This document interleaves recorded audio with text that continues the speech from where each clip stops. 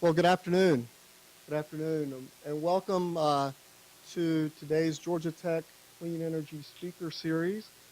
Hope everyone had a great summer, and welcome to the kickoff of the Clean Energy Series for the next school year.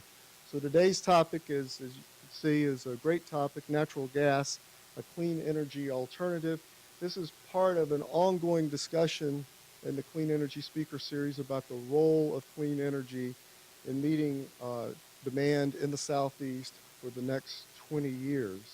So today's topic is the first of a two-part series where we'll look at natural gas. Next month, we'll consider the topic hydraulic fracturing and its role in natural gas development, which I think will be a good topic for us to consider.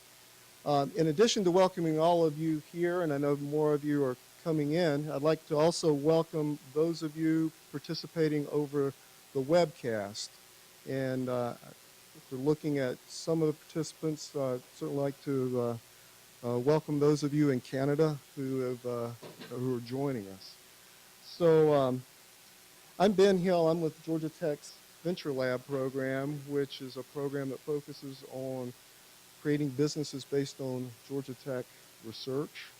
And I'd like to express my appreciation and recognize our sponsors of the Clean Energy Speaker Series. We have a great group of advisors, and I'd like to recognize some of those folks who are in the audience. Jay Hakes with the Carter Library is here. Jay, thank you so much. Marilyn Brown, who's a professor in public policy, will be joining us. Valerie Thomas in public policy and industrial engineering is an advisor. David Scholl in biomedical engineering is an advisor. And Ken Ostrowski with McKinsey & Company is also an advisor. They provide great support and direction for this series. I'd also like to thank the law firm Sutherland. I always know them as Sutherland, Asbill, and Brennan. But Sutherland is kind of not only a visionary sponsor, but is also the seed capital behind kicking off the speaker series and has made this possible. So we greatly appreciate their support.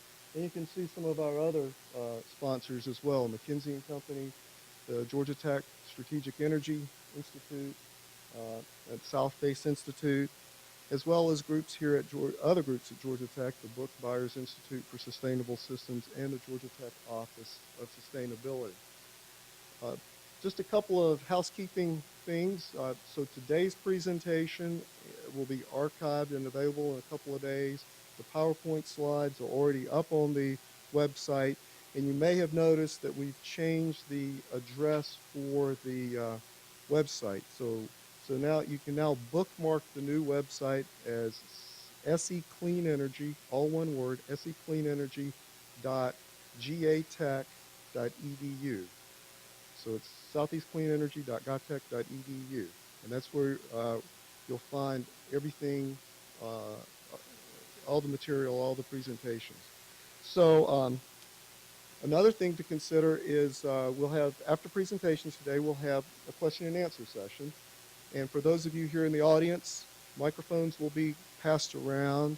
And since this is being webcast, we ask that you be sure to speak into the microphones. And for those of you participating over the web, should you have questions, email those questions to me. And let me give you my email address. It's ben.hill@georgiatech.edu. That's ben.hill@gatech.edu. Last but not least, remember to mark your calendars for Wednesday, October the 19th. October the 19th for the next program, which will be on hydraulic fracturing and its role in natural gas development. So I'd like to introduce Dorothy Franzoni with Sutherland, and she's the chair of Sutherland's Renewable Energy and Alternative Energy team, who will introduce our speakers. Thanks. Thank you, Ben. Good afternoon. As Ben said, I'm Dorothy Franzoni. I'm the chair of Sutherland's Renewable and Alternative Energy Practice Group. and we are very proud to be a sponsor of what is now a fairly long-standing series of speakers who have come here to talk about energy alternatives for the Southeast. And today is a continuation of that series and another great installment. So it's my pleasure to introduce our two speakers for today.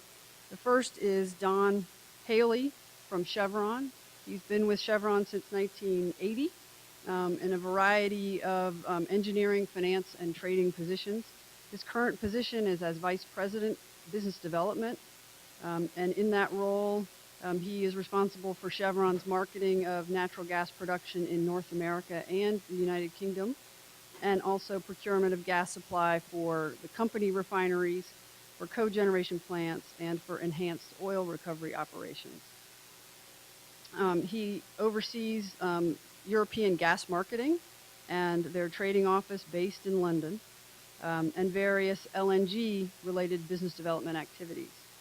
Most importantly, Don holds a Bachelor of Science in Chemical Engineering from the Georgia Tech Institute of Technology. Also have the pleasure of introducing to you one of my colleagues, David Wagner. David is the chair of our Energy Policy and Government Affairs team. He's based in our Washington office. He has extensive experience in regulatory and policy issues in the energy area, including natural gas, but other products as well, LNG, oil, electric power. And I'll read you a few of the things that he's done. He has been involved in congressional investigations in oil and natural gas related matters, including oil spills, interstate natural gas pipeline operations and policy matters before the Federal Energy Regulatory Commission, global gas quality and interchangeability issues for LNG importers, and capacity and transportation rights and obligations in the U.S. and European related LNG and natural gas areas. So I'd like to welcome them both here to the series, and without taking any more of your time, let Don kick us off with his presentation. Thank you.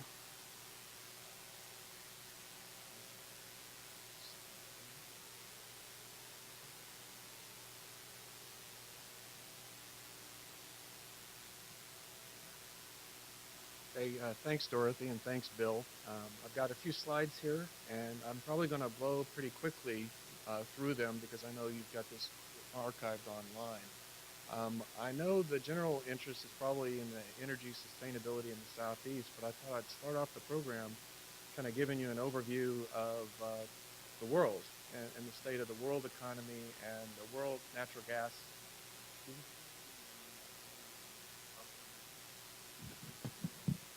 Okay, this one's going to work better, I guess.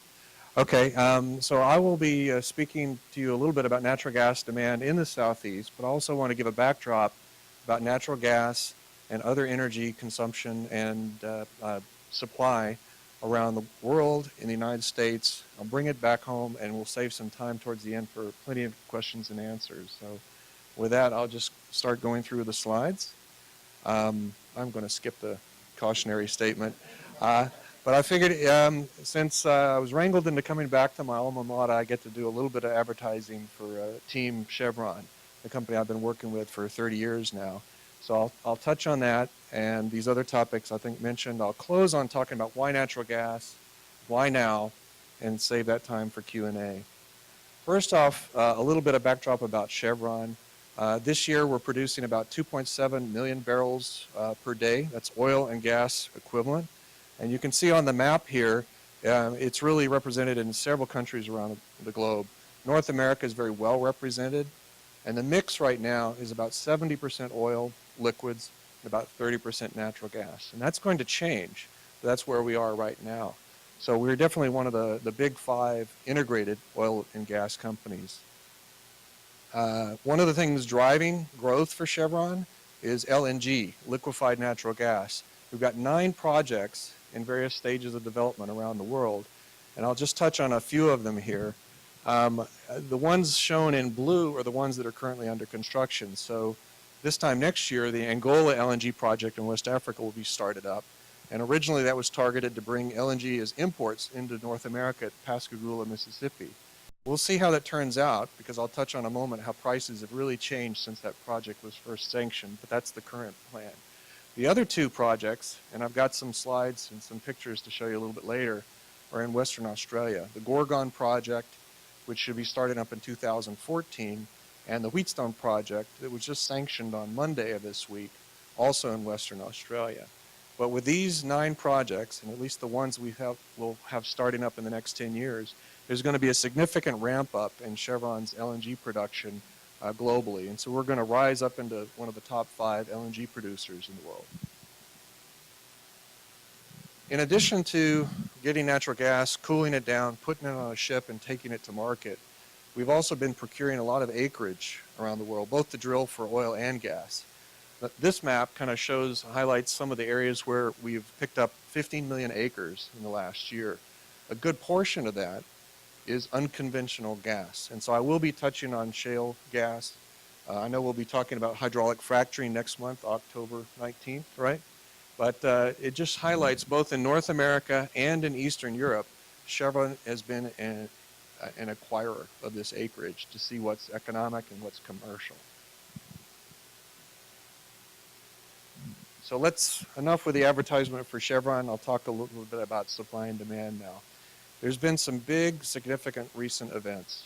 I've listed 2 of them. On the supply side, it's really been shale gas and what technology and innovation has enabled. On the demand side, it's been the unfortunate events in Japan where the tsunami following an earthquake seriously damaged some nuclear power plants. That's having an impact on Japan right now. It's having ripple effects politically over in Europe in terms of their aspirations for what they're going to do with their existing nuclear power plants, as well as plans for development. Near term, some of the trends I've listed here is continued growth in emerging markets.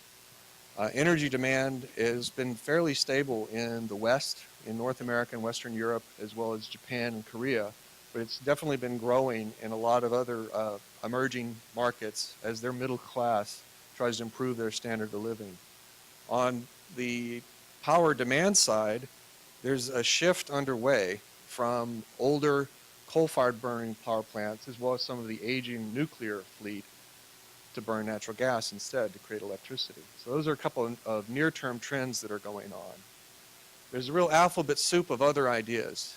LNG is liquefied natural gas. I think originally the plan was to import it into North America for many companies, including Chevron. A number of different project developers are looking at, should we export natural gas from North America? Natural gas vehicles, I think you've had speakers in the past talking about natural gas vehicles. That's another opportunity going out into the future. GTL, gas to liquids, is another catalyst-driven technology where you can take natural gas and create clean diesel. That is diesel that doesn't have sulfur, or has very, very low parts per billion sulfur in it. Besides that alphabet soup, I would want to add another possible game changer longer term, which is more unconventional gas.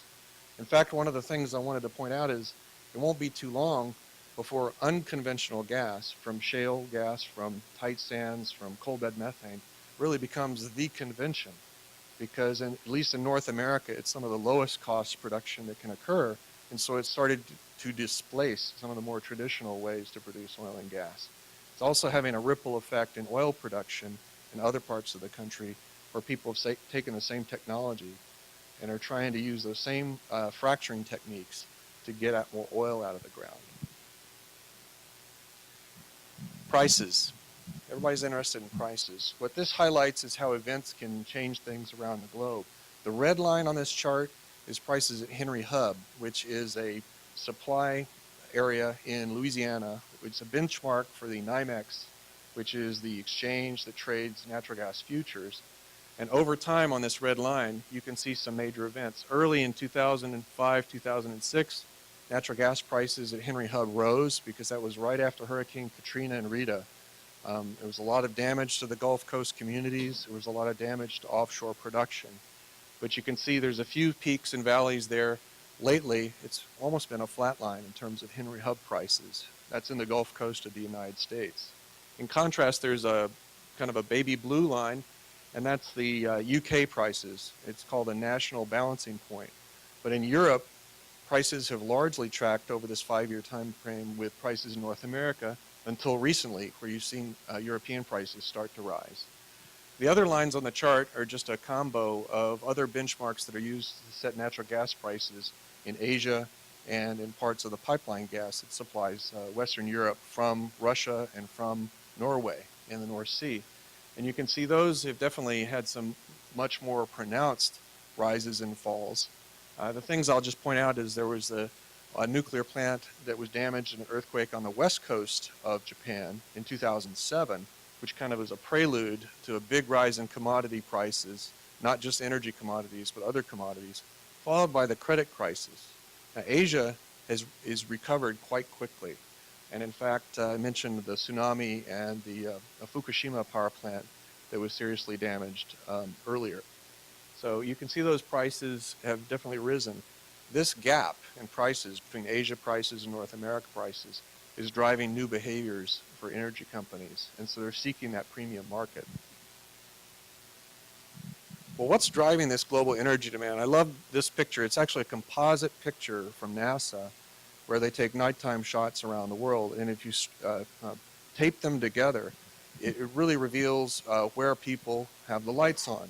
So you can make out on this map North America, some coastal cities in Latin America, a good part of Western Europe, but you can start to see emerging India and China and definitely Japan. That's where the energy is. In terms of a natural gas demand, roughly speaking today, North America is maybe 75 billion cubic feet per day of consumption. Europe's about 50, and Asia, if you add up all the countries, is about another 50. So roughly it's one-third, one-third, one-third today. I thought this would highlight where the demand is coming from. Looking forward, you've got the developed countries, the OECD nations, 32 countries, largely North America, Western Europe, Japan, Korea, Australia.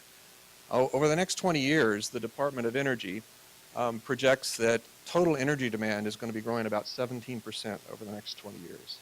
It's a lot of fun to do any kind of a forecast, but that's what the DOE has. Other consultants have other similar numbers. The real kicker is looking at the emerging markets and what's going to happen there over the next 20 years. The Department of Energy expects energy demand to grow over 50% over the next 20 years. What I wanted to point out is it's not just natural gas, which is in the light blue color. It's oil, it's natural gas, it's coal, it's nuclear, and it's renewables. So with the growing population around the world, all forms of energy are in need as people raise their standard of living. What we're doing here in the States and in Western Europe is we're getting more efficient at what we use. You could look at this and say, well, how in the world could energy demand grow by 50% over the next 20 years? Let me just reflect back on the last 5 years. In the West, energy demand's basically been flat. We've had some growth in GDP, but we've gotten a lot more efficient at what we use. What's happened over the last 5 years in the emerging countries? Their energy demand grew by 25%. So if energy can grow by 25% over 5 years, I think it's plausible to see the energy demand could grow by 50% over the next 20 years, even if they get more of the energy efficiency techniques that we've used in the West. Honing in on the United States, I kind of mentioned how overall energy demand is roughly flat. It's growing a little bit. But I've blown up on the right-hand chart gas. And gas is going to become a larger part of the energy mix. This is largely driven by power generation.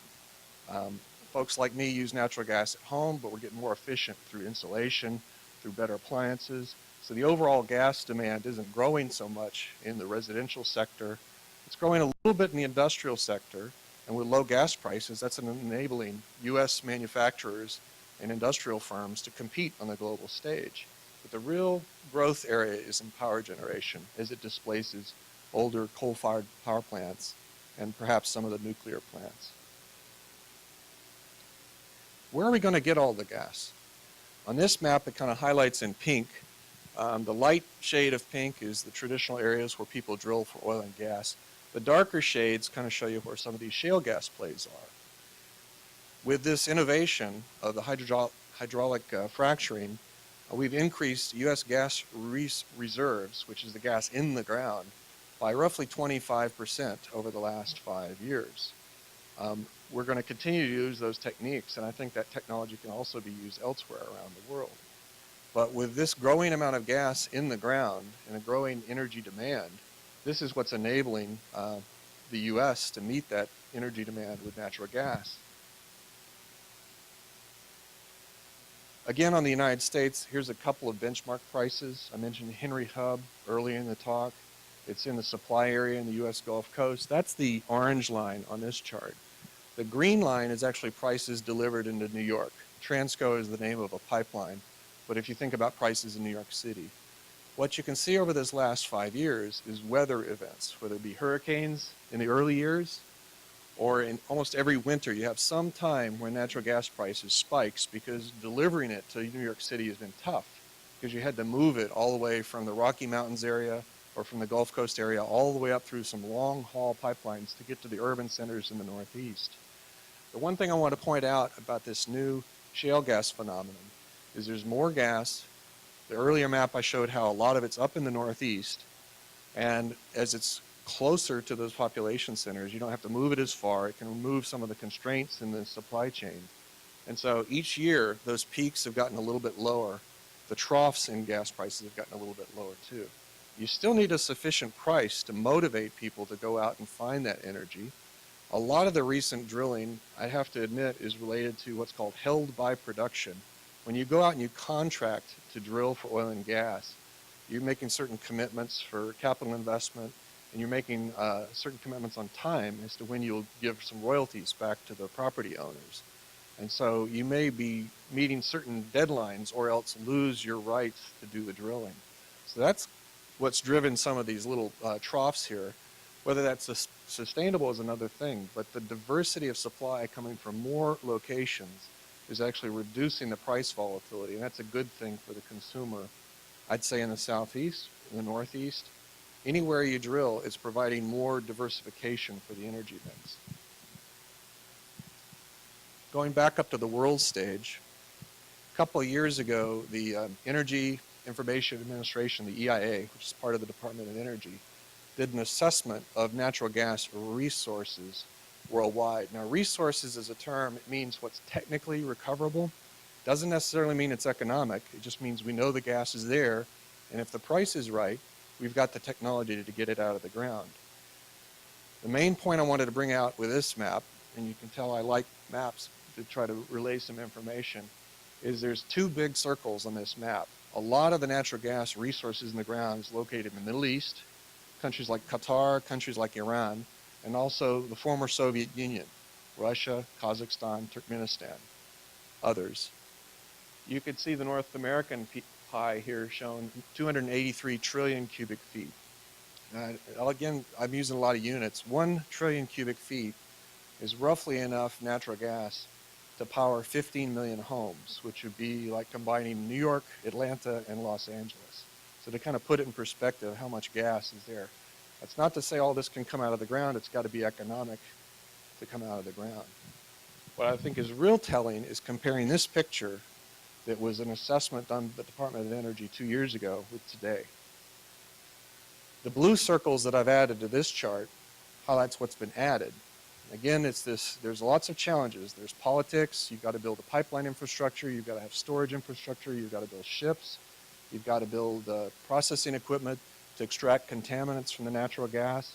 Chevron has a lot of experience, good experience, doing that safely in places like Kazakhstan and China, where we separate out H2S to take sour gas and make it marketable. But around the world, it's not just North America that has this bounty of shale gas. I'd put it this way, is North America doesn't have a monopoly on rock. What we've got is we've got shale rock that kind of underlines a lot of the more traditional oil and gas areas around the world. This doesn't even include gas hydrates, which I know is one of the research projects that Chevron is helping sponsor here at Georgia Tech. So this is what's technically recoverable today, if only the price is right. So you can see blue circles and a lot of other prices around the world.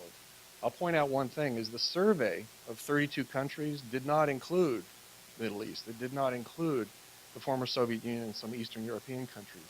So it's quite possible, in fact it's highly likely, that there's more gas in those areas too. This is just what was included in the survey that was done this year. So we basically doubled the amount of gas we think is in the ground that at the right price we can bring out of the ground. I think this is good as far as changing the mix of what energy we use between natural gas, oil, coal, nuclear, renewables. Well, why natural gas and why develop it now? Some other points I just wanted to bring up is it creates jobs.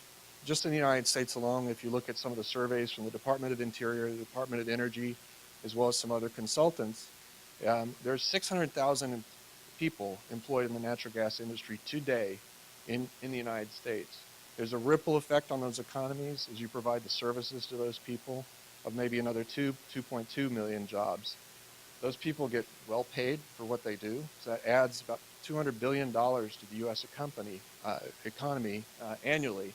And there's ripple effects in terms of royalty payments and tax payments, not to mention the private landowners that are making some money when this occurs. So that's one good thing. Another good thing, and one other advertisement for Chevron, is it's sustainable. It's a new, cleaner way to power the world. What I've highlighted here is some pictures on one of the projects that Chevron is sponsoring. This is the Gorgon project in Western Australia. And 2 months ago, I was able to go out and visit Barrow Island. Barrow Island is roughly 50 to 100 miles off the coast of Western Australia. It's a Class A nature reserve. We've had oil production there for 40 years without a spill. And it homes for several indigenous species. And the difference between there and the mainland of Australia is there hasn't been introduced non-native species onto this island. So we quarantine the equipment that we ship out to the island to make sure we don't bring in any flora or fauna. And we are spending a total of about $37 billion to make this happen. So this is some serious money to develop this gas. It's motivated by the kind of prices we can get when we ship this out to the LNG form to Northern Asia, specifically Japan. And we're also providing natural gas for the domestic market in Western Australia to help shift the power mix of how they generate energy, or how they use energy and create power in Western Australia. It will be the world's largest CO2, carbon dioxide sequestration plant in the world, because we're going to extract the CO2 that's with the gas underground when it reaches Barrow Island and push it back under the ground through compression and inject that CO2 so it doesn't go up into the atmosphere. So that'll be one of the pioneering projects. First gas expected in 2014. It's clean. I'll give you a comparison. It's less than half of the CO2 emissions when you're creating power compared to coal. It's about 20% of the nitrogen oxide emissions. It's negligible sulfur oxides. Ash, sludge, particulates, not an issue. So on an environmental thing, it's a lot better than some of the alternatives if you can get it out of the ground economically. So my bottom line, so I'll give David some time to talk here, is that it's good for the economy. You create jobs. You create tax revenues, royalty income. It contributes to U.S. industry being able to be competitive on a global scale. There's lower emissions, so you've got, it's a smaller footprint above ground than a lot of the alternative energy sources. It's actually very complementary with renewable power. If you think about this, if the sun doesn't shine and the wind doesn't blow, we still want electricity. So you want to use those renewable sources of energy, but at the same time, you want something that you can ramp up and ramp down to fill in the gaps. And so that makes gas very, it can create a nice ecosystem with the other sources of new alternate energies. Finally, energy security. I know we're very concerned about energy security here in the States. I would offer up that all this natural gas bounty is creating energy security globally. We've found what's equivalent to 100 years worth of natural gas demand here with the technology we've done in North America. And whether we export natural gas in the form of LNG, or whether we just export the technology and innovation, it's helping with energy security around the globe by diversifying where people can get the energy that they need for their economies to grow. So there's a huge untapped resource, and technology makes that happen. So that's kind of the summary of my remarks. And I'll give David some time to speak, and we'll be happy to answer questions and questions afterwards. Okay.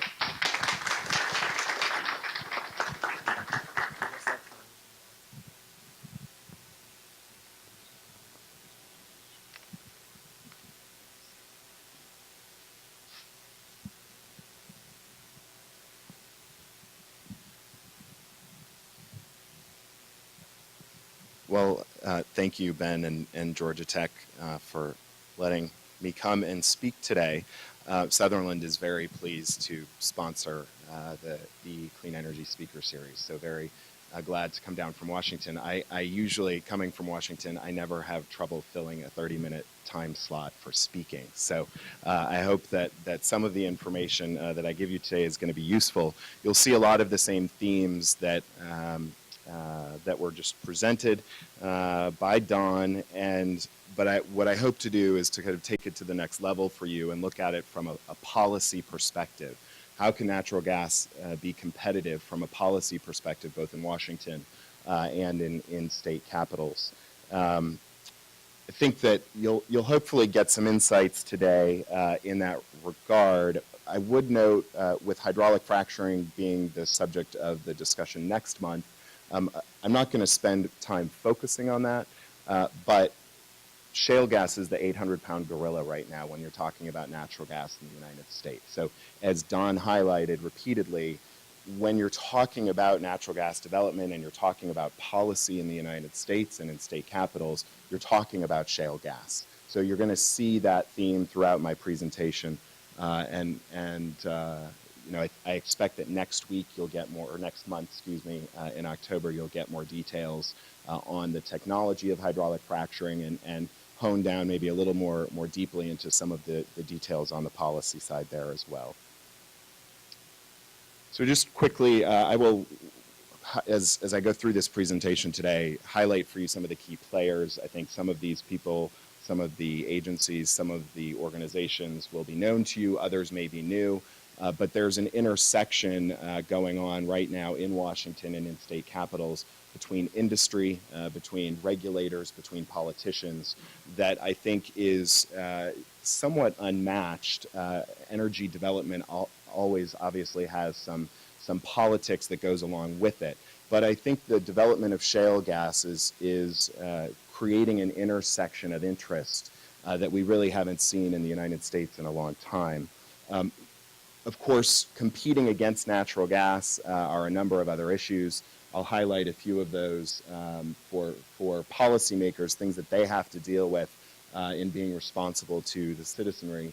And then lastly, again, some of these should look familiar from Don's slides.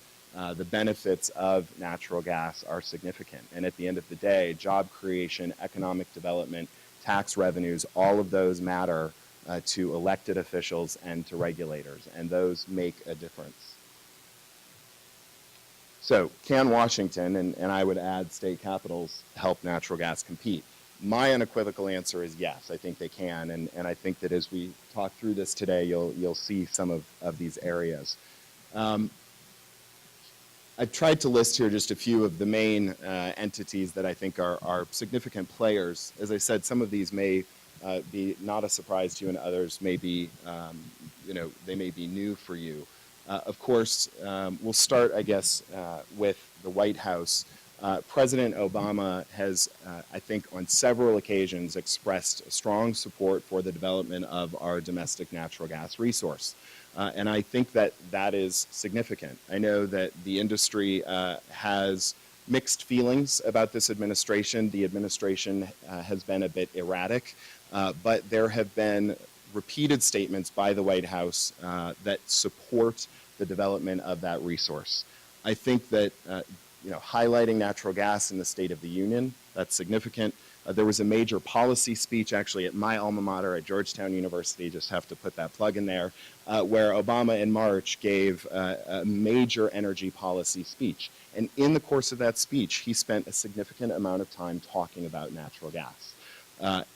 From my perspective, I think that's substantial, that's meaty, and that says something that the administration wants to focus on this. So we'll look at reasons why in a little bit. But at the end of this quote that I have here from March of this year, you'll note that he's talking about natural gas being used as an alternative fuel for vehicles. And Don touched on this a bit. I'll spend a little bit more time. It is a very significant issue in Washington right now. The Nat Gas Act, which you see up here, has been put forward in the House of Representatives, It has had, at one point, over 180 co-sponsors. That was about 60% Democrats and 40% Republicans. That should be shocking to most people that in this Congress, there is actually that type of bipartisanship on an issue. Unfortunately, a few months ago, and I should say, the idea of the Natural Gas Act is to provide incentives for a few different categories. So first, the manufacturing of natural gas vehicles, whether it's heavy-duty fleet trucks or individual cars that any one of us would drive. It also provides incentives for the development of the infrastructure, the fueling infrastructure, because you can't fill up your car in most places with natural gas. So how do we build a robust infrastructure in the United States so that if we do have the vehicles, we can actually fill up and continue on down the road? A few months ago, the Tea Party actually, some of the base of the Tea Party launched a major campaign against the Nat Gas Act. And the idea was consistent with the Tea Party message that subsidies are a bad thing. And subsidies in any form, whether it's for renewable energy, whether it's for alternative natural gas uses, is not useful given our current budget deficits, given all of the problems the economy is facing. We don't need to be subsidizing new technologies. We don't need to be subsidizing new uses of energy. We lost about 20 sponsors of that bill as a result, but it is still roughly 150 co-sponsors. So it is still considered to be very bipartisan legislation. And I think it is difficult to predict. My own view right now is that there is not much traction. About a month and a half ago, there was some movement on the Hill in this regard, but with the creation of the super committee, I think it's going to be very difficult to move legislation like this forward. Other legislative efforts, the Frack Act, which would mandate disclosure of the hydraulic fracturing fluids that are used in the process. My own view, and I'll talk about this when I get onto the state policy initiatives, this is actually a non-issue now. The industry has moved significantly, I think, forward in its view on disclosure of the chemical composition. And most states are enacting regulations now to mandate disclosure. So I think at the federal level, I don't actually expect to see legislation. There have been several investigations by congressional committees. I would also highlight in particular other agencies, because I think we tend to think of the White House and Congress, but when you look at the agency work that's being done to support natural gas, not just shale gas, but to support natural gas development, it's significant. The Federal Energy Regulatory Commission for the last few years has been on a robust spree, I guess you could say, of authorizing new pipeline and storage infrastructure for natural gas. That's a good thing. It's a way to get gas supplies to market. Department of Energy, they have authority over imports and exports of gas. Don pointed out several times the model in the first part of the 2000 to roughly 2008 was that we would be importing LNG into the United States before the robust kind of technically recoverable shale reserves were really estimated. And now we're seeing a shift because of some of the pricing shifts that Don talked about.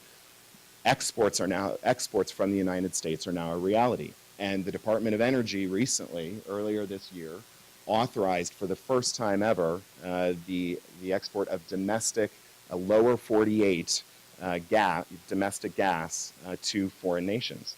That's a big deal to export our domestic resource to other countries. Those projects are a number of years off before they will be completed, but it changes the dynamic of the global market, but also then changes the dynamic of the U.S. market. Because if there is a market out there, for example, in the UK, if the price is higher, in Korea, in Japan, where the demand is greater and the price is higher, we are going to be producing our natural gas here in order to export that abroad. It's supply and demand. And so I think that's a significant development. U.S. Geological Service, most of you probably aren't familiar with the role they play, but focusing a bit on Don's highlight of the international developments, you saw those circles increase in his map. The United States is light years ahead of other countries around the world in developing their shale gas resources.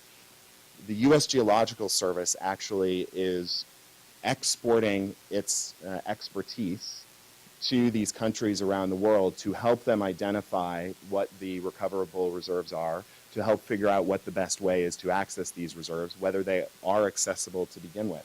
So that's, I think, another area where the U.S. is using its expertise, using its heft, really, in the industry, having significant experience with companies like Chevron, and working internationally to make that happen.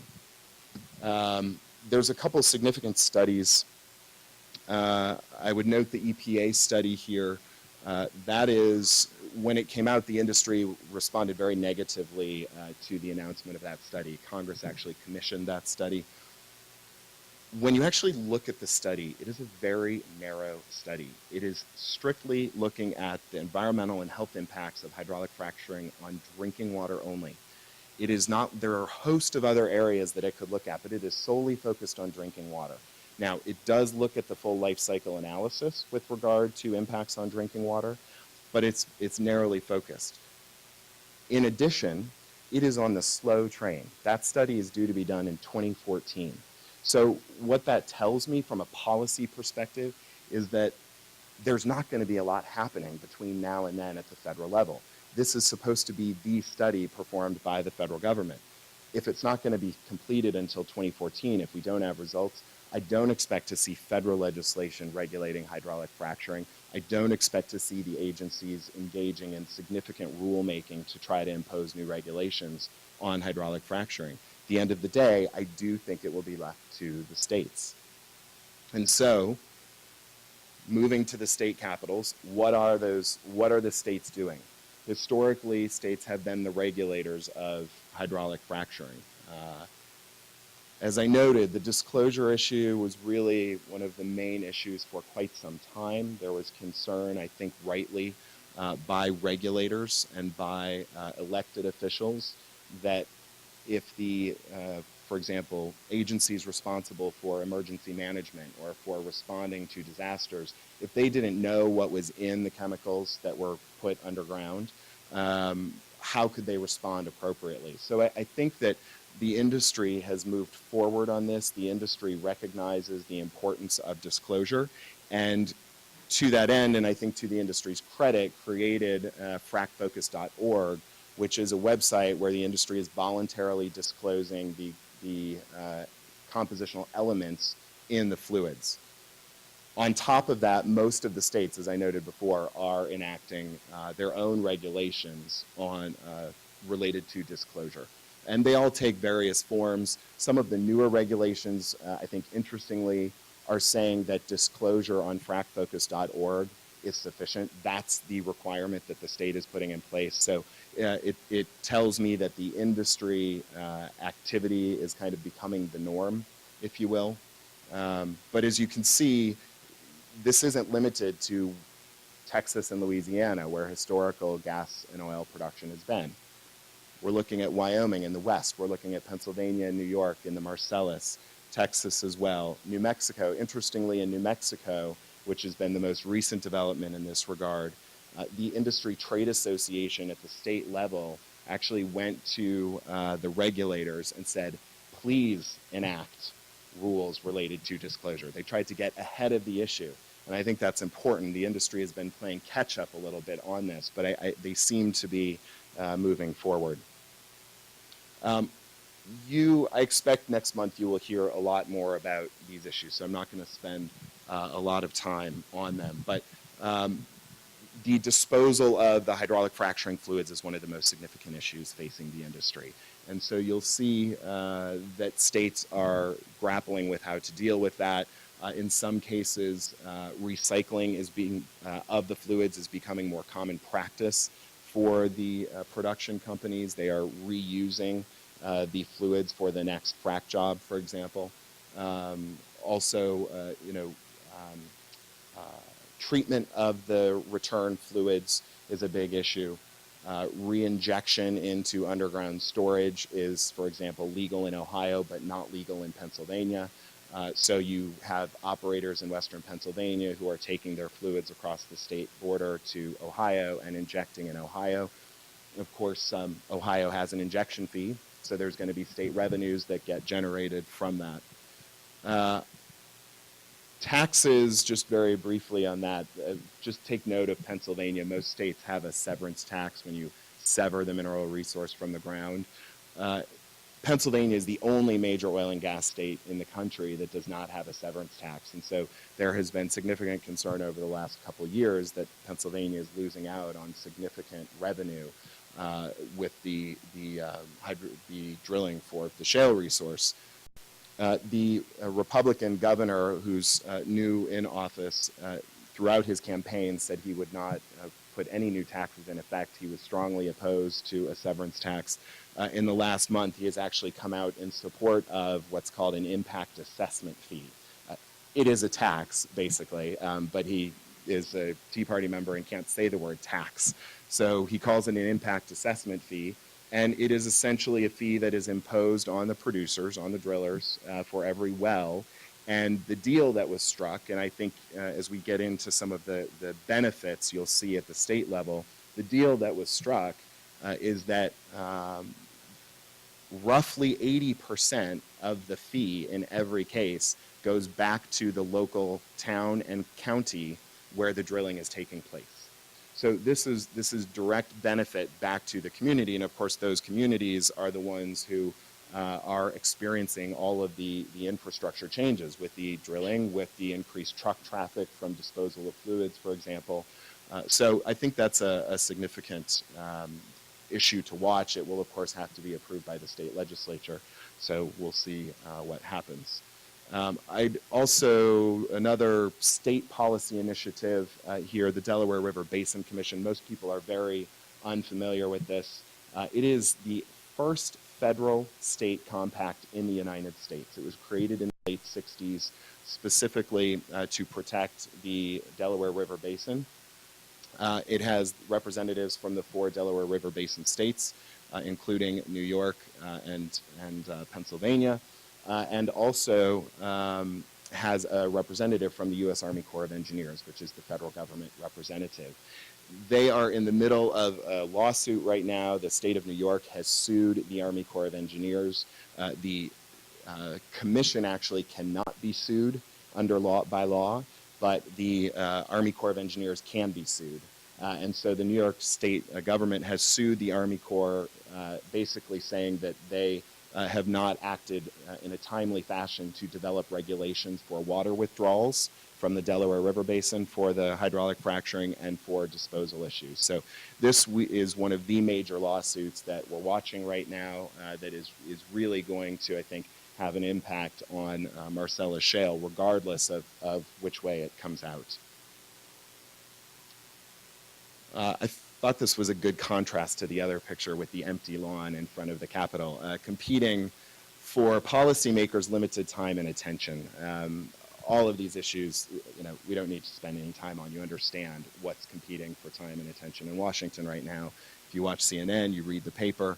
The government shutdown, I haven't checked the news in the last hour, but I know the Republicans are expected in the House today to support a short-term agreement through next week, and then next week approve an agreement through November, literally kicking the can down the road repeatedly. At the end of the day, though, what's driving this is the 2012 elections, and it's both presidential and it's congressional. There are 20 of the 33 seats up in the U.S. Senate, 23 of them are Democrats.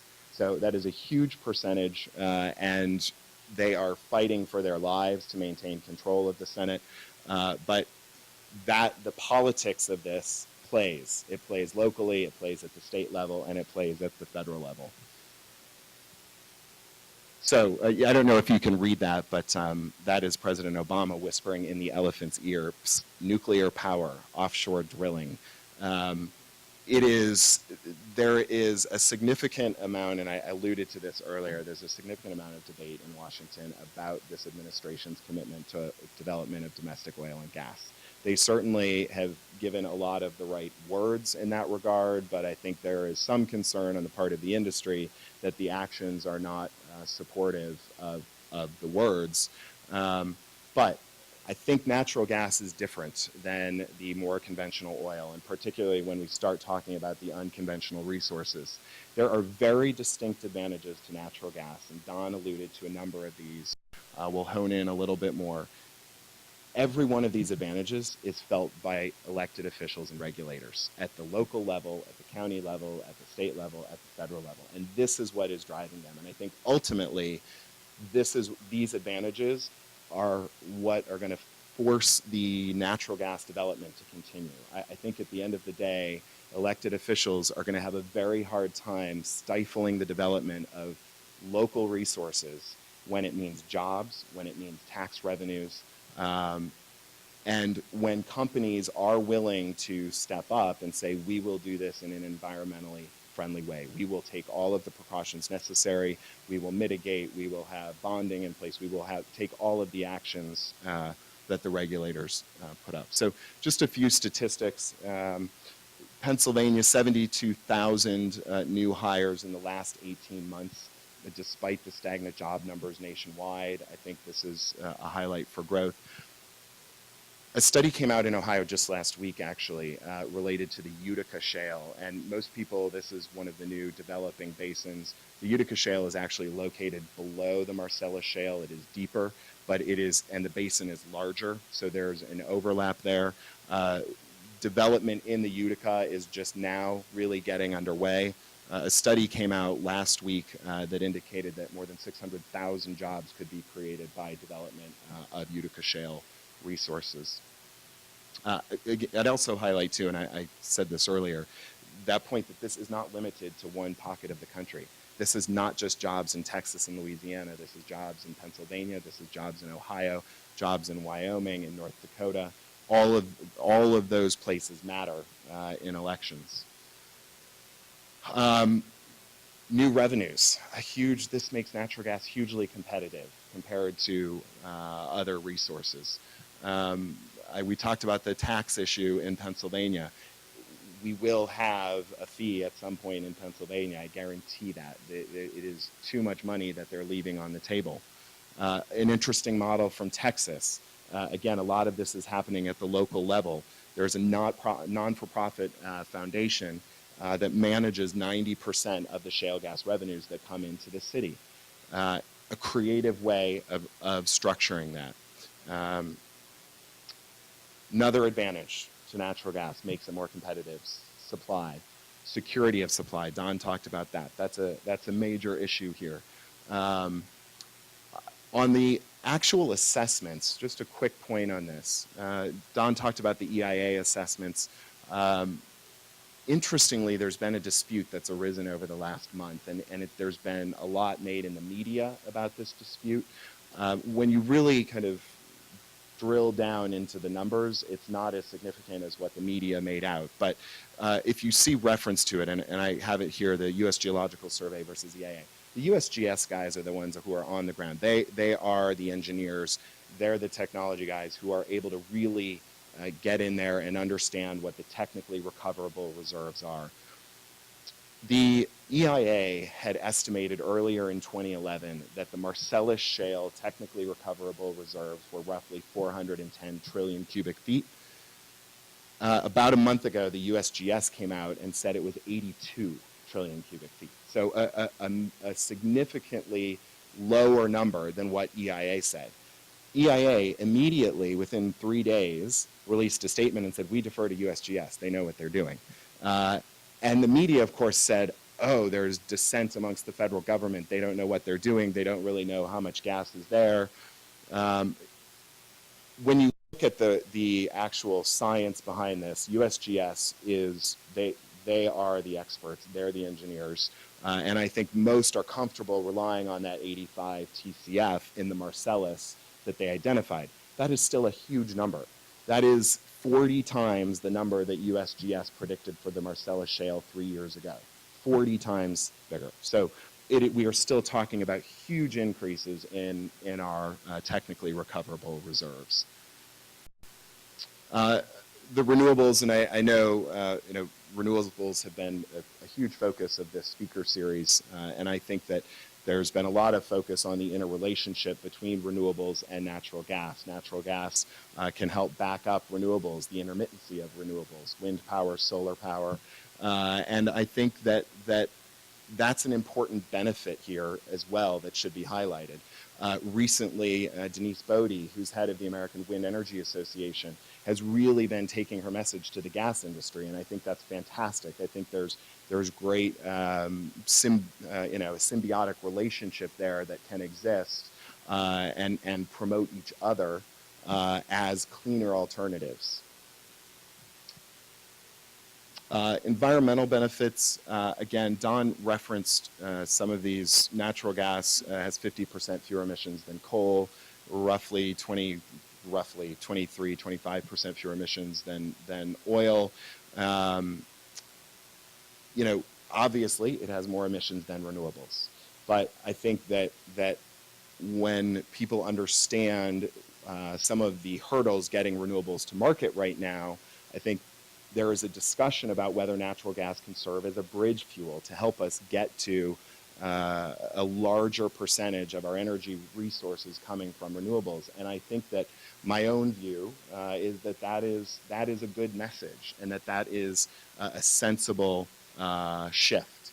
Of course, the Gulf of Mexico spill, I think, was a significant event for the energy industry. Certainly, even if you have a blowout at an onshore well, it is not going to look like Macondo. It is going to be very different. It is easier to deal with. It is easier to cap a well onshore above ground than it is 5,000 feet, at the bottom of the ocean. Just very quickly, this is obviously what's happening in Washington right now. Solyndra, the solar company, and the DOE loan guarantee program. And I don't want to harp on this overly so, but this is a perception issue in Washington right now. That in order for renewables to be competitive, they need subsidies, they need loan guarantees, they need treasury grants, production tax credits for an indefinite period of time. I don't think that's necessarily the fair approach, but the attitude in Washington is very toxic right now, as I'm sure all of you know, toward subsidies, toward increasing the burden of the federal government economically. And so, the conservatives, the conservative side of the aisle right now is pointing to the Solyndra debacle, and it is a debacle. There are clearly things that went wrong in the review process, but unfortunately they're using that as an example of the renewable industry generally, and what the renewable industry has received from the federal government. So this is the perception. Natural gas can be produced on its own. It doesn't need subsidies. We are producing it. There are tax incentives in place already. We don't necessarily need new tax incentives to get it done. So just something to be aware of. One area where they do talk about subsidies with natural gas, though, is natural gas as a transportation fuel. And as I alluded to in the beginning, this is a big topic right now in Washington. There are about 112,000 natural gas vehicles on the roads in the United States right now. There are 14 million worldwide. There are 3 million in Pakistan. There are 2 million in China. There are 1 million in India. Countries are lapping the United States on developing natural gas as an alternative fuel for vehicles. T. Boone Pickens, as I'm sure most of you know who he is, he has been advocating very strongly for the Nat Gas Act and these incentives to spur development of NGV infrastructure. I think that there's an idea that has been floating around in Washington, and just to give you some sense too of the fuel cost of fueling a natural gas vehicle. So when you're talking about heavy duty fleet trucks, they run on diesel. you would be, if you convert them, you'd be using liquefied natural gas for those. For all of the other trucks, lighter duty trucks, or a Honda natural gas vehicle, it's going to run on compressed natural gas as opposed to gasoline. At the end of the day, you can fill up your car on natural gas between roughly $1.85 and $2 a gallon equivalent right now. Utah, for example, is a state that has a lot of natural gas fueling infrastructure. That's a big delta between $4 for gasoline per gallon and $2 for a natural gas vehicle. One of the ideas that's circulating in Washington right now is whether you could impose a user fee for individuals who, or companies if they convert their fleet trucks, but who convert their fleets, who buy a natural gas vehicle, that essentially you could do it, I think I've seen numbers roughly 20 cents up to 30 cents per gallon equivalent of a user fee when you go to the station and you fill up. A reaction has been, and it's getting mixed reviews in Washington. One reaction, of course, is, well, that's great. So someone pays $2.30 as opposed to $4. The average American would still take that deal, right? They would still sign up for that. The flip side of that really has been, well, but, we don't want to impose fees on someone. It's this whole tax argument again in Washington, that you'd be taxing someone in order to pay for this new technology. We will see where it goes. I know Senator Menendez from New Jersey, who's a big supporter of natural gas vehicles, and Senator Burr from North Carolina here in the Southeast, who's also been supportive, have expressed some interest in that idea. And you would literally pay back the entire U.S. Treasury within 10 to 15 years based on predictions of increased NGVs on the road. So I think an interesting idea. And I did go over by a few minutes, about 3 minutes, so not too bad. There are a whole slew of people setting policy right now on natural gas. Trade associations, Chevron is a member of many of them. They're very active on this front, but it's competing interests, right? So you have the Natural Gas Vehicles for America Trade Association.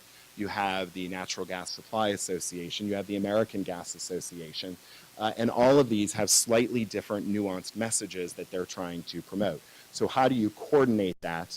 I am seeing, from my own experience, I am seeing a much better, more concerted effort on the part of these various industry groups to give this message, that natural gas, domestic natural gas equals jobs, domestic natural gas equals revenues, and I do expect, perhaps not before the end of 2011, but I do expect that we will see some increased incentives for natural gas production, for natural gas vehicles. I think that's a significant job creator there as well. So that is my prognostication at this point. It's, I suppose, a bit inside baseball for Washington, but I do see that there can be some significant progress in this regard. So thank you.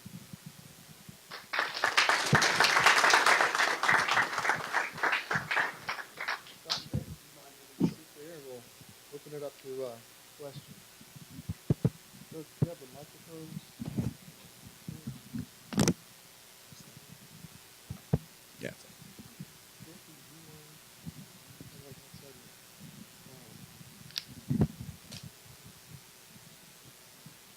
So maybe to kick things off, let me paraphrase a question which you received over the webcast. And Don, I think in your presentation, there was a chart, a map of the United States, and Georgia, of course, is in that map. And in the northwest corner, it looks like there is a seam with potential for natural gas. So this is kind of a big question here. With the possibility of natural gas exploration in mind for Georgia, this is both maybe to you and David. What are some considerations of the state in preparation for that activity? Both, I guess, presumably public policy-wise, economically, and other things. I mean, just some general thoughts about natural gas exploration in Georgia. Sure. I think one specific area, when local distribution companies, your local utilities that provide you with your gas service, have an opportunity to have a closer source of natural gas, they're paying less in transportation costs to transport the gas from the Gulf of Mexico, for example. Though I think the LDCs can have a significant role in advocating for that development, whether it's through the Public Utility Commission, but also elected officials with other regulators. And I would expect that they'd be a significant player in making that happen. It's interesting. I mean, geographically, it's kind of the reverse of Elba Island, which is your import facility for LNG here in Georgia. Another source. My perspective is multiple sources that are all local in some respect is a benefit, and stands to benefit consumers who transportation costs get passed through. If the LDC is paying an interstate pipeline to transport gas a long distance, if it's coming from a shorter distance, you're going to save as a consumer on those energy costs. So that's kind of one thing that comes to mind immediately. No, that's a good summary. I just say, distributed energy is a good thing because you do save on a lot of those transportation costs. David touched in his talk about the infrastructure that's gone in. And so as those first few areas, kind of in Texas and Louisiana, where there was new natural gas coming to the market, a lot of pipeline companies built new infrastructure to bring that across, the southeast from Texas, Louisiana, Mississippi, Alabama. I'm not familiar about the specifics about that pink chart in terms of what's there in Alabama. I know from my family history, there's a lot of coal mining in Alabama. Well, once upon a time, more than there is today. So that's that same geography where you find a lot of different sources of energy. But we built out 16,000 miles of new pipeline infrastructure in the U.S. kind of on the backs of this new shale gas phenomenon, as well as other oil and gas production offshore. There's less offshore drilling because of the drilling moratoriums of late, post-Macondo. And so it's actually a good thing for the Southeast if you've got more diversity of supply from different pipeline import projects as well. And just one other point, and I thought of Southeast LNG is a joint venture between AGL and El Paso. They're active in the natural gas transportation fuel space, and they're proposing to set up infrastructure in the Southeast to have natural gas fueling stations. And, again, that's another local source, I think, for them to be able to provide gas for heavy-duty trucks, whether you're converting a FedEx fleet or a UPS fleet or smaller municipal vehicles, for example, converting over to natural gas. Yeah, I was glad you mentioned the role of government subsidies that exist. I assume that Section 29 tax breaks, which were put in 1980. I don't think they understood what they were going to do at the time, but it promoted coal bed methane and shale gas. But there's another federal program that I think is a great friend of natural gas that wasn't mentioned. I was at a conference a couple weeks ago where everybody was berating the EPA because they wanted to have tighter standards on mercury. 2013 will probably get the ozone standard. The court has said they should be doing something on carbon dioxide. Does the natural gas industry ever have a feeling that maybe they should take a statement that controlling mercury, ozone, and carbon dioxide is actually a good thing, because that is actually right now what's creating a huge part of the market? I know certainly on some of those programs have been rolled out at the state level. A lot of the local distribution companies are using that line. They're saying, look, SOx and NOx emissions are incredibly, much lower with natural gas. The mercury, reduced levels of mercury, and they're highlighting those as significant benefits.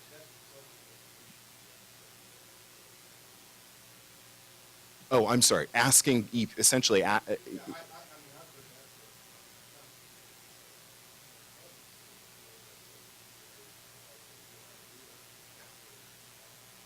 I would not expect anyone in the oil and gas industry right now, at least in this administration, to say we think it's a good idea that EPA regulate ... fill in the blank. I mean, I don't disagree with your point. I think sometimes the messaging could be better.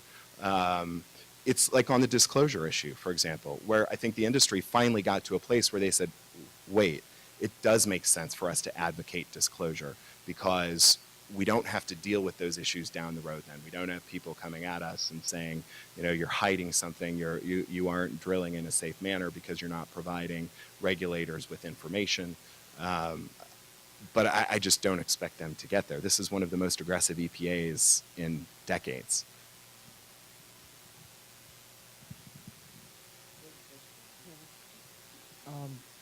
My question is, you touched a moment on the alternative conversion for the vehicles.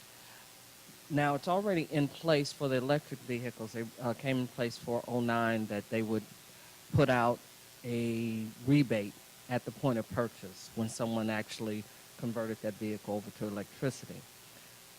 Do you know of anything that's on the books now for if you do convert over to natural gas for the fleets or for an individual? Are they going to be making that the current, they now give it as a tax incentive? Are they going to be, is there something on the books in this legislature that's going to give that at the point of purchase that these fleets actually convert over to natural gas? Yeah, yes, there is. So, for example, with the Class 8 heavy-duty trucks, it's a $60,000 credit for conversion. Now, my understanding is the vehicles are in the range of $80,000, so it's still a significant capital expenditure if you have a huge fleet of trucks. But there will be, when they make the decision to convert, there will be a credit that is provided. Point of purchase for consumers, I'm actually not sure. I think there is, but I could get back to you on that. I just don't know right now. All right. Thank you. Yeah, excuse me, Don, on your global map where it was showing the resources, it didn't have China, right? It wasn't clear if China was on there. Do they have a prospect of a lot of shale gas where they could hopefully get off of some of the coal that they're planning to use and shift over to natural gas? Yes, they do. Let me just clarify that. I included China, Bangladesh, other countries in the Asia Pacific. So the USGS surveys were incomplete. They looked at some of the basins, but not all the basins. So I would say wait another couple of years for a new survey. But part of that growth in Asia Pacific was definitely China.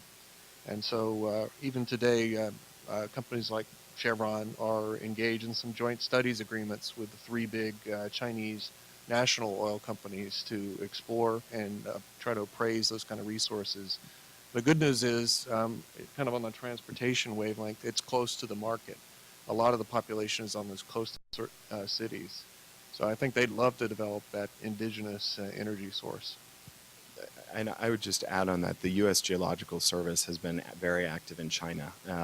The State Department a couple years ago launched the Global Shale Gas Initiative, and working in conjunction with the U.S. Geological Service has been taking delegations over to China to help them assess those recoverable resources. I just saw this morning, actually, PetroChina just announced that in 2015, they hope to be producing 1 billion cubic meters of shale gas. It would be their first commercial production. It's roughly 35 BCF. So it's slow to ramp up, but the projections I've seen are significant. I'll just add a note of optimism. I mean, in that survey, the part that's China, I don't remember the exact numbers, but roughly speaking, the technically recoverable shale gas in China is about 50% more than what we've got in North America. So it's substantial. And just another little tidbit or soundbite, in the last 5 years, we've really gone from 0 to 20 billion cubic feet per day of natural gas production in North America. It's highly plausible that PetroChina can do that kind of a target within the next 5 years. In fact, I think it's probably a lowball estimate for what could happen in that 20-year period when they're going to be seeking all forms of energy. I'd love to see the transition. It'd be good for the company. I think it'd be good for the environment. Outside of the oil-producing nations and among the developed nations, our gas price at the pump is about the lowest in America. And what you mentioned, the idea of taxing the people that are making the choice to go to natural gas, in light of the fact that the people that, as we continue using gas, we continue to exacerbate our trade deficit, our environmental problems, loss of jobs. So you're kind of penalizing people that are making the right move. And when you consider that the Congressional Budget Office really says the all-in price for a gallon of gasoline in the United States is more like $10 and not the $4 we see at the pump, I just would send a message back to Washington that we're doing the wrong thing if we're taxing the people trying to do the right thing. Comment? I've certainly heard that message before. Unfortunately, it just doesn't play in Washington. I mean, I don't disagree. I mean, Exxon has come out in support of a carbon tax. They've been very vocal on that in the whole climate change discussion. But it just can't get traction in Washington. And there's a lot of dysfunction, obviously. But I think the palatability of the concept of folks who switch to natural gas vehicles paying the fee is that you're not, it's not okay. Well, everyone else in the country is subsidizing you to go have your natural gas vehicle. I don't necessarily make a qualitative assessment of that, but that's the thinking. Or convert. Yeah. Yes, my question, it relates mostly to the emphasis of natural gas as this bridge fuel, especially for vehicles, that it's going to be expensive infrastructure, whether you do it through a tax that goes straight to the consumers in that sense. When it's known it's a bridge fuel that's only going to reduce emissions by 23, 25%, wouldn't it maybe make more sense if you're going to spend the money to put in infrastructure, for example, for electricity, where natural gas is used as a complement to renewables rather than just as a supplement that's a bridge and not a long-term solution? You want me to give? Yeah. I'll give David a break here. Well, one thing I want to get the numbers right. I think on carbon dioxide, I think if you look at that for power generation, I know you're talking about natural gas vehicles, but it's more like 42% of the carbon dioxide compared to coal, and about 20% of the nitrogen oxides, which is a smog precursor. So it's a little bit more favorable in the natural gas story. I don't know the specific numbers on natural gas vehicles, but it would definitely be favorable in that regard. As far as natural gas as a bridging fuel, if you cut the emissions in half, that's a good thing, and especially if you expand that around the globe. I'm more in the free market arena, so I'd like natural gas to compete on its own. I think it can.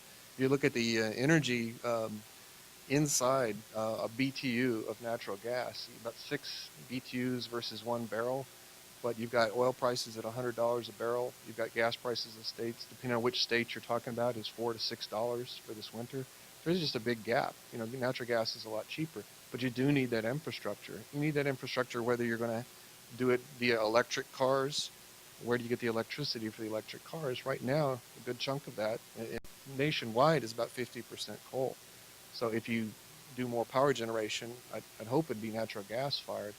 But and there's probably some people in the audience or whatever are more qualified than I, but one of the things you have to consider is if you're going to plug your car in to your garage, you do it in the evening, which is kind of a peak power demand time of day. So there's some other smart technologies that can be used to try to, when you refuel, not aggravate the peak power part of the day in order to try to do that. So I'd say let electric cars compete on the open market as well.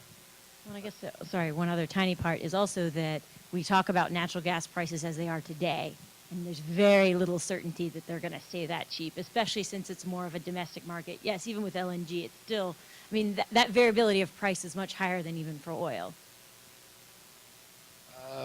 I don't personally agree with that. I'm not an economist, but certainly projections that I see, and anything is, I mean, you can't have any certainty with projections. I mean, EIA will release something and say in 2015 it's going to be X. I mean, you can't predict that. But everything I've seen is that the variability from roughly $4 a decatherm where we are right now in the next, whatever, 5 years, 8 years, the variability is not going to be as significant as potential oil disruptions and changes to skyrocketed. Right. But let's get the numbers right. I mean, it may be $4 now. Post Katrina, I know it got up to $12, but that would be equivalent to $72 per barrel on an energy equivalency basis. So at that time, you had oil prices that were $100 to $140 per barrel. So still natural gas was cheaper than oil at that point in time. So yes, there's volatility in any commodity price: copper, cotton, corn, crude oil. But right now it's highly competitive in terms of just an energy consumption. Where you deploy that energy is another matter. Whether you deploy it in a vehicle or if you deploy it in a power plant. And it's just our belief that right now the near-term trend is power generation for the West. As David pointed out, there's countries like Pakistan that are experimenting with natural gas vehicles because they're just starting to build the infrastructure. They don't already have a pre-existing infrastructure that you can leverage on. Yeah, following very much on your comments, about a year ago I was over in Israel doing an energy experts tour, and this was just after their deep water natural gas find. Israel having an energy resource. It was quite marvelous to watch how they responded, and they responded by asking themselves the important question is, how should we consume this resource? What's the best way to use it for benefit of our society? And we have not been willing thus far to take on that question for the United States in sufficient detail. My gut sense, I remember 5 years ago when we used to talk about natural gas as like washing your dishes and champagne. We should not be powering our power plants or driving our vehicles with natural gas because it needs to be used as a very important chemical feedstock. And we are seeing that with low natural gas prices in this country, we're getting some of our chemicals industry growth back again, plants being built here after many years of a drought. But my feeling, I guess, along with the Tea Party, I hate to say I agree with the Tea Party, I'm kind of glad that the Nat Gas Act is not being so well supported in the Senate, because I'm not sure we really want to go with the transportation fuel alternative for natural gas because of the amount of the infrastructure that would have to be built, the pipeline infrastructure and the refueling principally the refueling infrastructure and the cars. But while we can easily move natural gas into our electricity infrastructure, power our grid, and drive those electrical vehicles until the time when we can move entirely onto renewable resources for electricity, it just seems like a net lower cost capital investment, and you get the same security benefits as well as similar environmental benefits. But that whole trade-off, what are you trying to tackle? The climate problem or the security problem? And how should we go about using it? That debate really needs to be big. Jay, you need to get the Carter Center to tackle that head on. That's a really important study that needs to take place. Anyway, I'm sorry, I didn't have a question.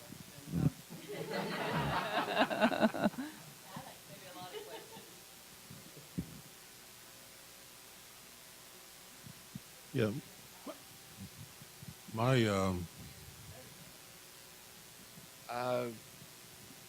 I'm not a member of the Tea Party, but let the free market work, because I do think through technology and innovation and energy efficiency. One of the best ways to compete is to be efficient in our use of energy. You mentioned the petrochemical sector, the industrial sector. I didn't really touch on it, but yes, that's a growth area, and it makes the U.S. More competitive. I don't think it has to be one or the other. Why not make it both, and just see what works, and what works in one region may be different than another. And on the petrochemical side and the industrial manufacturing side, I think you're right. It is a point of job creation as natural gas prices stay low. Currently, we are seeing a pickup in that regard. What's interesting is that the single most vocal lobby against the Nat Gas Act is Dow Chemical, and its compatriots. They're furious about the Nat Gas Act. Interestingly, Dave Camp, who is a representative from Michigan and is chairman of Ways and Means, so he's the one making the decision on taxes and tax policy.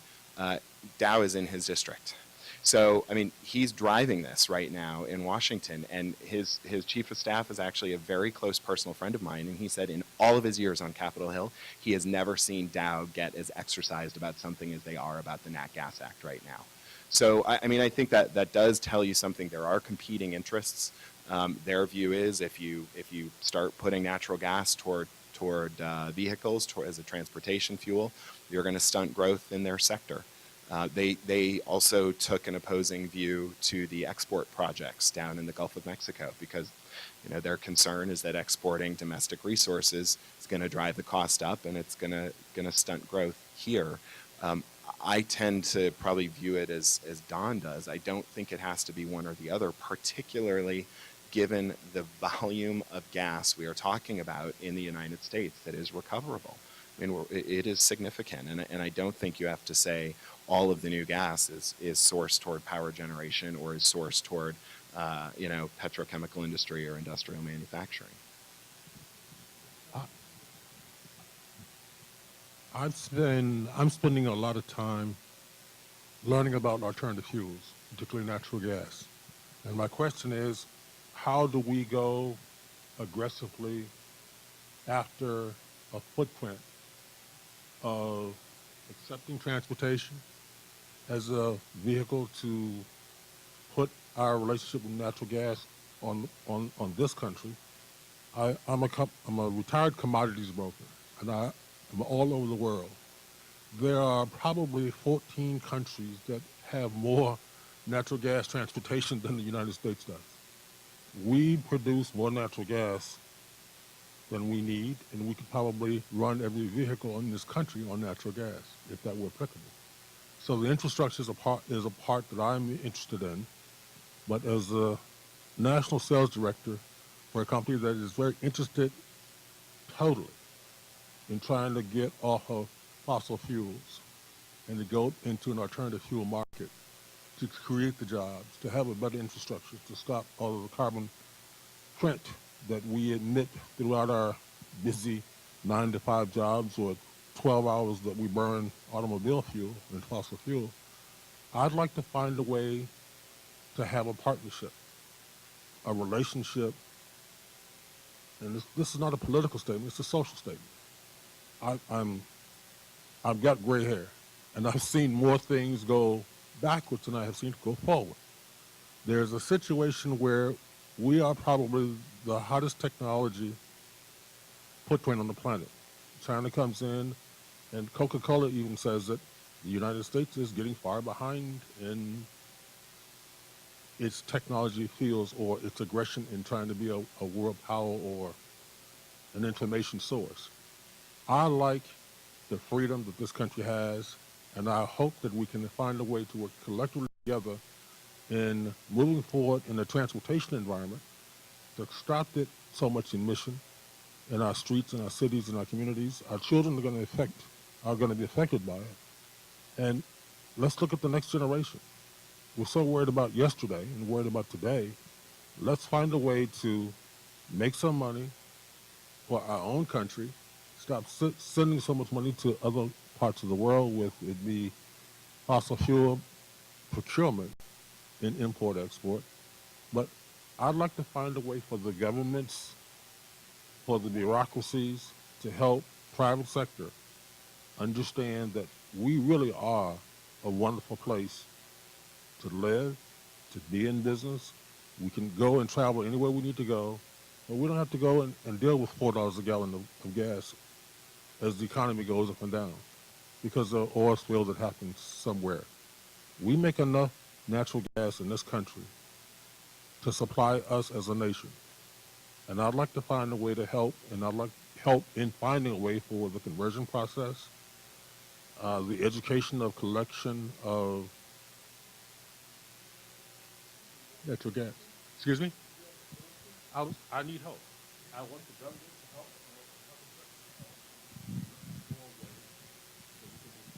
Well, and I mean, with regard to transportation, I mean, that is, for those who support it, and as I noted, it is very bipartisan, their view is that this legislation is one way to do that. It's the government providing incentives. It's a finite period of time, 5 years worth of incentives to help conversion of vehicles, to help build infrastructure for natural gas fueling for cars, for trucks. So, I mean, there is a proposal out there federally to do that. You know, I would encourage you, if it's something you support and your company is behind, you know, reach out to your elected officials and let them know that it's, you know, as a company, that's something that you would advocate for.